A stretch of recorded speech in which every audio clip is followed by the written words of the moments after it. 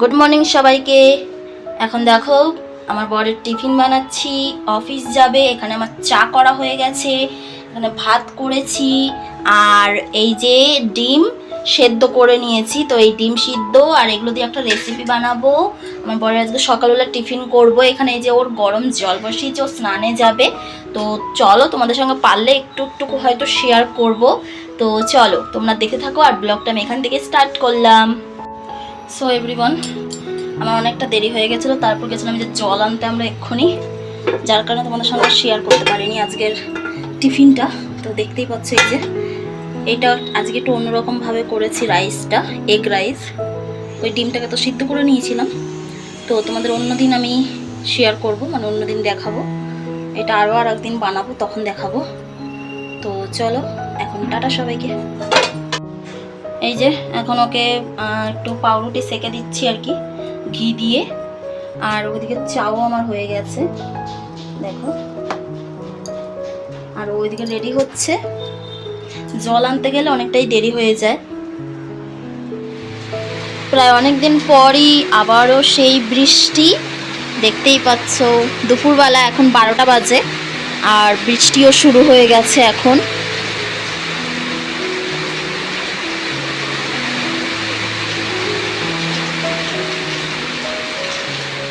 So everyone, এখন বাজছে সন্ধে 6টা, মানে সন্ধে নয়, বিকেল 6টা বাজছে। তো এখন আমি রান্নাঘরে যাব আর রাতের খাবার বানাবো। তো আজকে একটা নতুন খাবার রেসিপি আমি শিখলাম, তো ওই রেসিপিটা আজকে আমি বানাবো, ট্রাই করে দেখবো যে অ্যাকচুয়ালি ওটা কীরকম। আর নতুন জিনিস বানাতে আমার সত্যি ভীষণ ভালো লাগে, মানে নতুন খাবার কোনো কিছু যদি আমি শিখি, তো আমার সেই খাবারটা তৈরি করতে খুবই ভালো লাগে, মানে আমি আনন্দ সহকারে খাবারটা বানাই। আর যখন ভালো বলে আমার বর, তখন তো আমি মানে কি বলবো।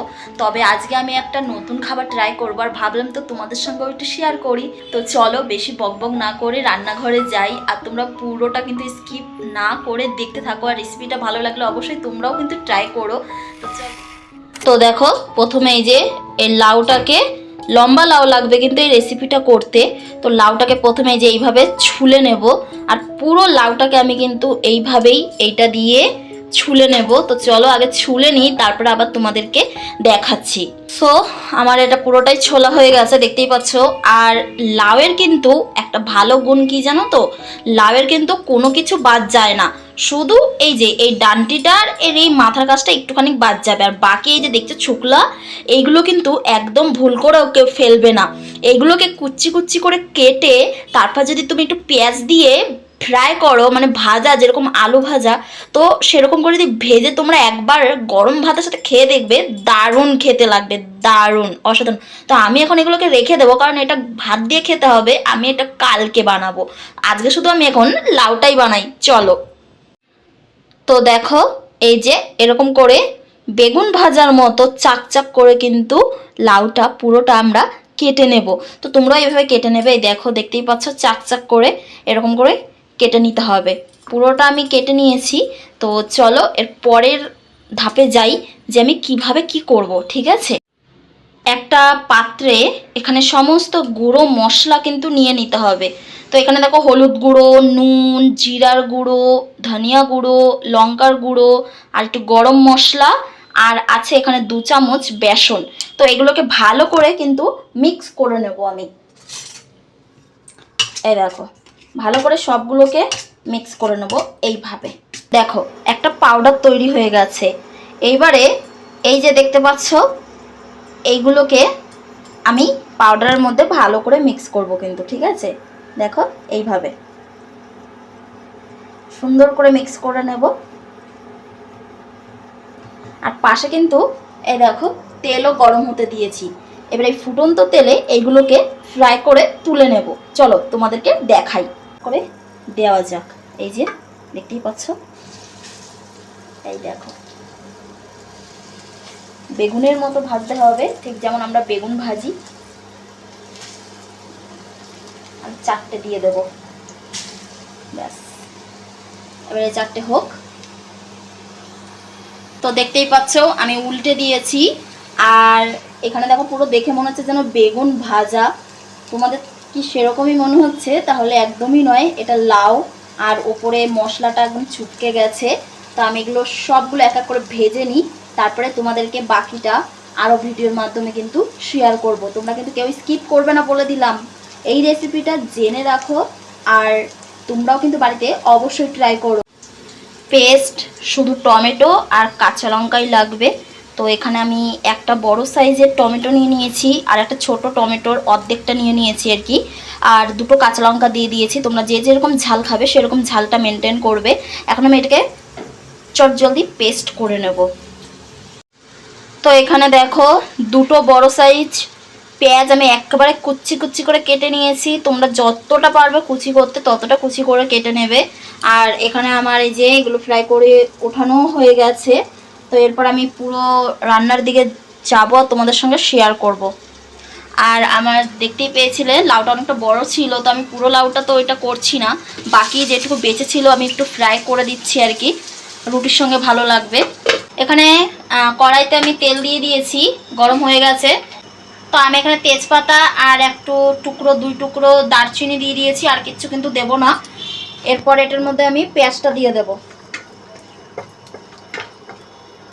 এই যে কুচিয়ে রাখা পেঁয়াজটা দিয়ে দিলাম, ভালো করে ফ্রাই করব।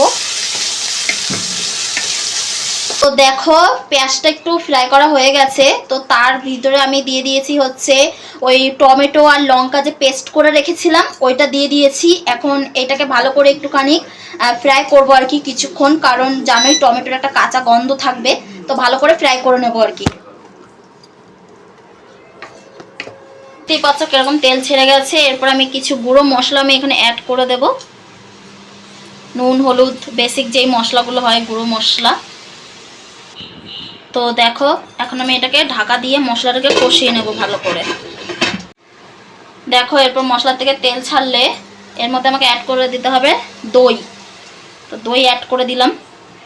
দেখো এবার এটাকে মিক্স করে নেবো ভালো করে।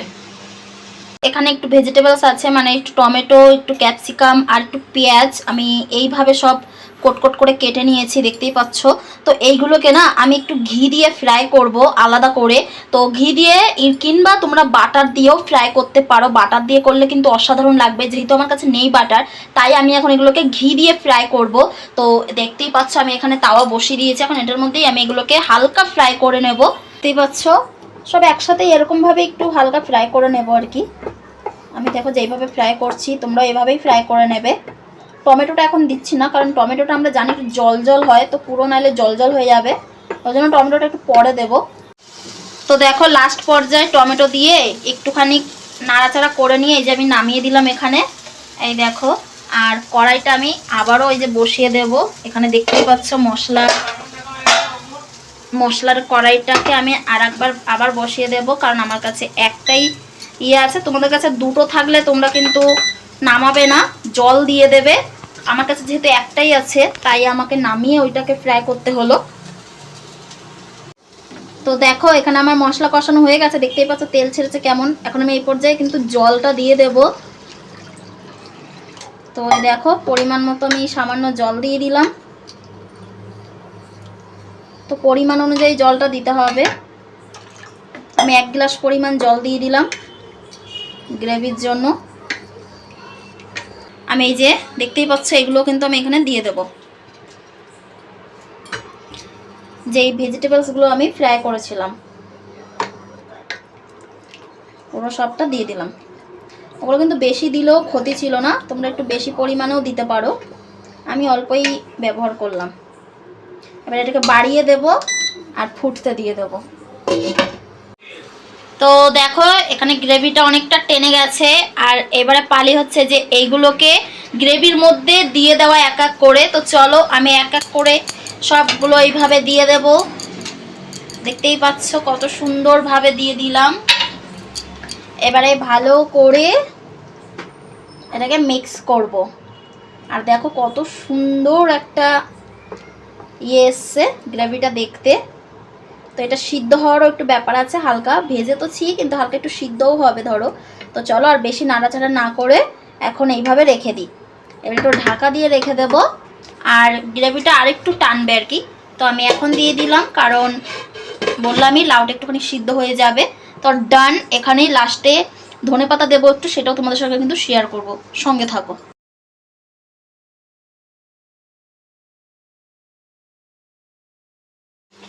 তো এখানে দেখতেই পাচ্ছ এত সুন্দর হয়েছে, আর খেতেও কিন্তু অসাধারণ হয়েছে। রিভিউ তো নেবই। তো এখন এটা আমি ফিনিশিং করব হচ্ছে ধনেপাতা দিয়ে। তোমাদেরকেও আমি সাজেস্ট করব একবার হলেও ট্রাই কিন্তু বাড়িতে অবশ্যই করো, ঠিক আছে?